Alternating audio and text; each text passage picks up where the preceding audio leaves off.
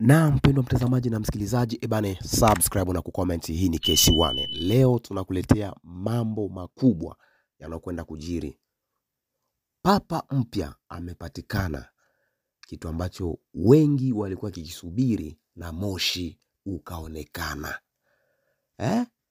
Lakini papa huyu ni mwenye asili ya nchi ya Marekani. Papa amekuja. Je, Afrika watapona? Je, ushoga utakwisha? Hii ni swali la watu wanabaki wanajiuliza. Hii ni KC1, endelea kuwa nao muda wowote ule. Leo ndipo ametangazwa papa mpya. Huyu ni mwenye asili ya nchi ya Marekani. Kama ulikuwa hujui, Marekani wamempata. Ni papa wa 260 sijui kama na 7. Kwa sasa huyu ndiye anashikilia nafasi ya upapa ulimwenguni. Mtazamaji, KC1 imekuingilia mbali sana na kukuletea makubwa na uasisi wa papa. Huyu bwana anaitwa Francis, Papa Robert Francis, ambaye anatokea taifa la Marekani. Huyu atakuwa papa wa 267 kama ulikuwa hujui.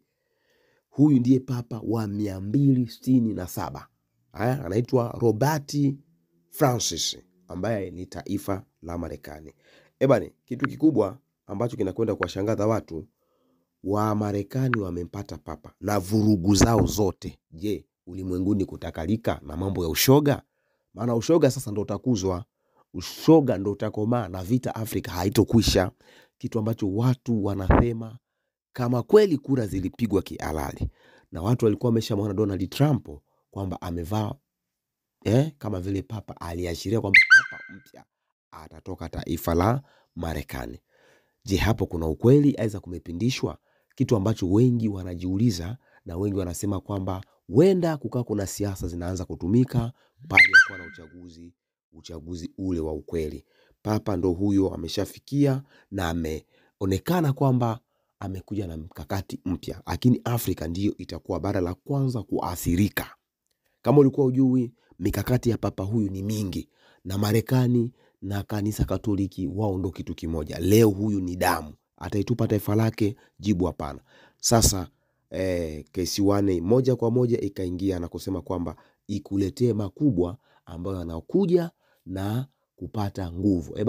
Robert Francis ndiye papa mpya wa nchi ya Marekani. Ametokea Marekani kwa Vatikani, yeye ndiye papa mpya. Lakini ushoga hautokwisha, kwa sababu tayari mambo yamezidi kung'ara. Kwa sababu tayari wameshapata nguvu. Ulimwengu mzima wanakwenda kucontrol kidini, wanakwenda kucontrol kielimu na kiuchumi. Subscribe na kucomment.